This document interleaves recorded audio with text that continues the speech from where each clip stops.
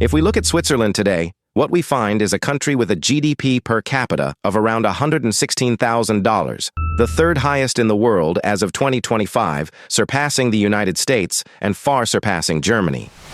But there is one structural fact that is almost always overlooked in the narrative of Swiss prosperity.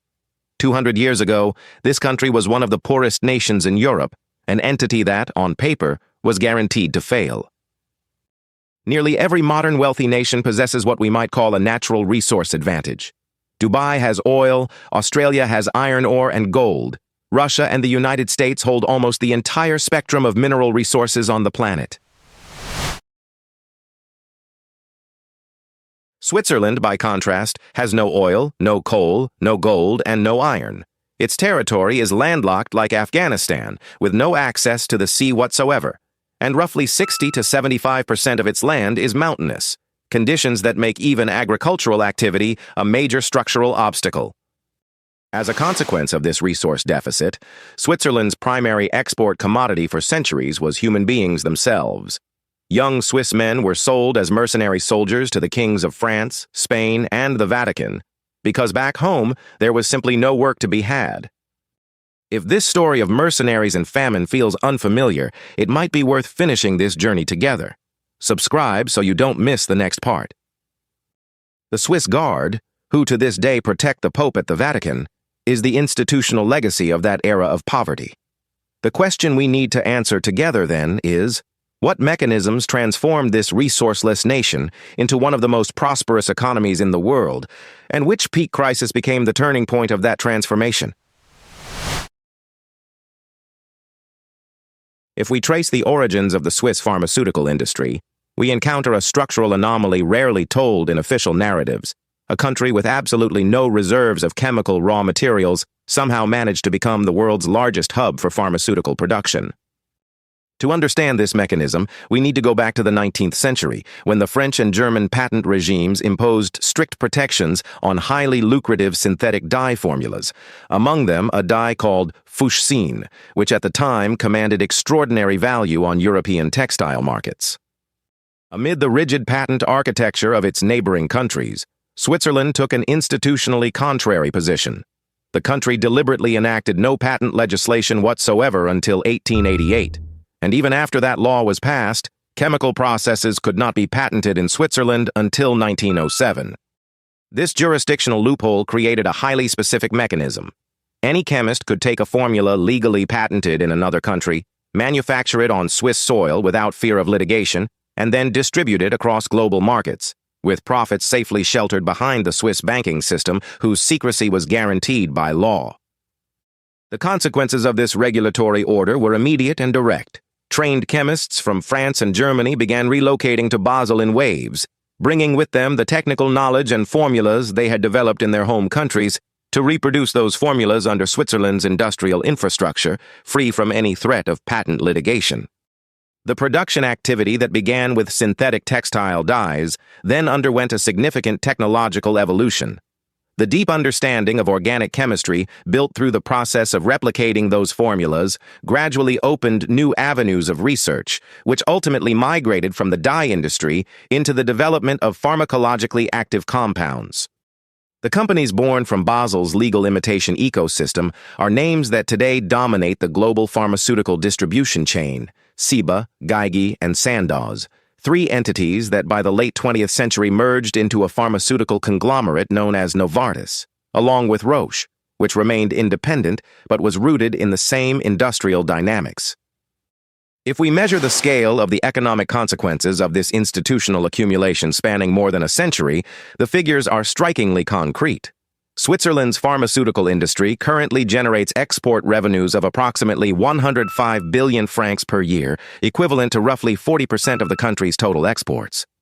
When the chemical sector is included in the calculation, the two industries combined account for nearly half of Switzerland's total exports, a proportion that structurally makes pharmaceuticals the country's single largest export engine, surpassing watchmaking, financial products, and the other sectors more commonly associated with Switzerland's economic identity.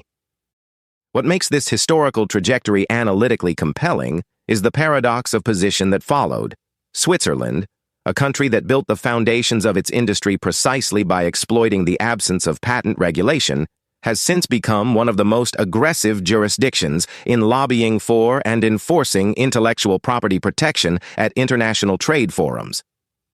This pattern, in which countries that successfully ascended economically through regulatory loopholes subsequently become the most ardent defenders of those very same regulations once they have secured a dominant position, is not, in fact, a phenomenon exclusive to Switzerland, but rather a systemic mechanism that recurs throughout the industrialization histories of various developed nations.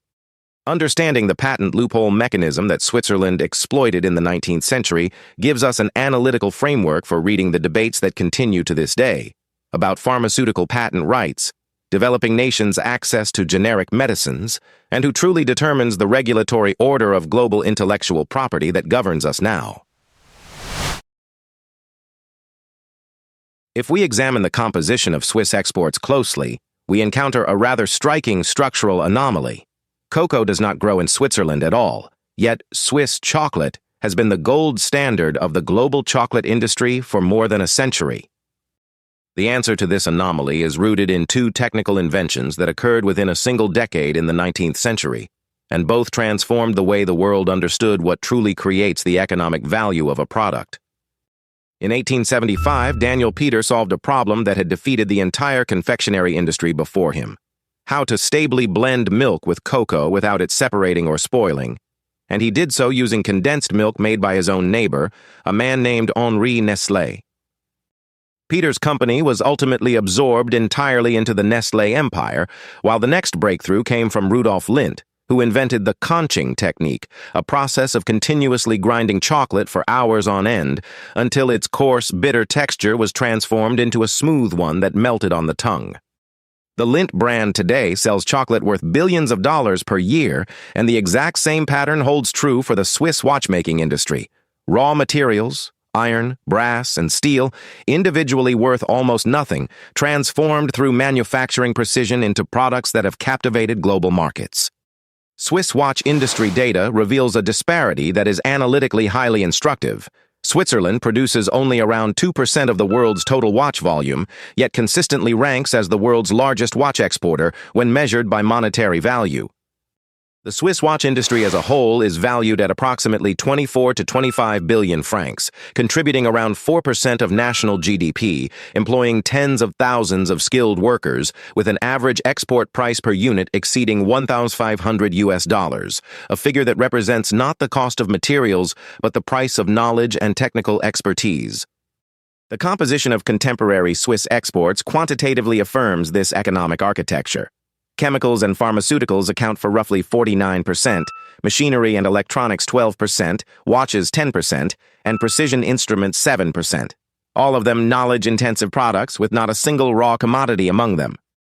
The core formula operating behind all of these figures can be stated concisely as an extreme value-added mechanism.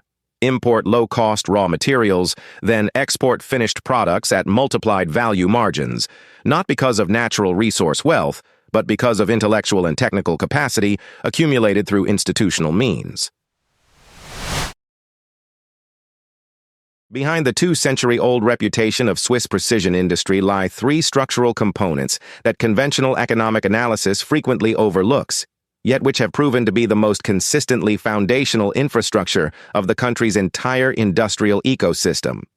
The first component is the vocational education system, a workforce training architecture that is structurally distinct from the conventional university model that dominates other industrialized nations. Approximately two-thirds of Swiss adolescents do not enter the university track, but instead go directly into apprenticeship programs starting at age 15 to 16, working within precision manufacturing companies while simultaneously pursuing technical education in parallel. The result is an uninterrupted supply of world-class technicians for the Swiss precision industry, alongside a youth unemployment rate that consistently approaches zero, a labor market outcome that very few advanced industrial nations have ever managed to achieve. At the apex of this system stands ETH Zurich, a technical research institution that consistently produces more patents and Nobel laureates per capita than almost any other country in the world, giving Switzerland an innovation ecosystem connected directly from apprenticeship workshops to cutting-edge research laboratories. The second component concerns Switzerland's geopolitical trade position, a market access arrangement that structurally delivers a dual advantage: full entry into European markets without bearing the full burden of institutional membership in that bloc.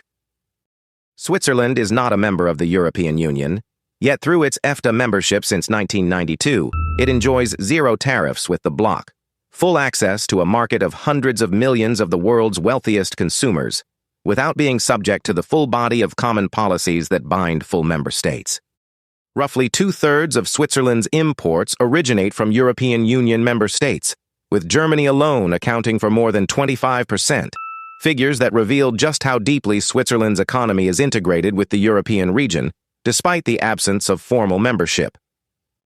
The third component is structural political stability, a governance arrangement that some analysts describe as institutionally boring, yet it is precisely that characteristic which makes it the most valuable foundation for long-term investment calculations.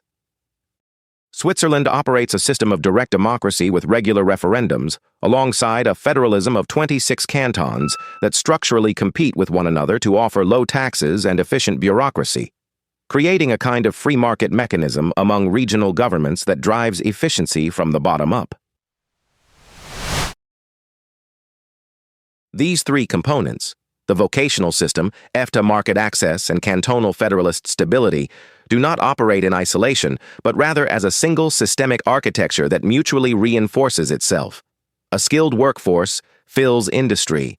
Industry accesses European markets without tariff barriers, and political stability ensures the entire mechanism runs without structural disruption for generation after generation. The Swiss story is just one of many long games worth dissecting together here at Ruang Macro. Subscribe and every next episode will come straight to you.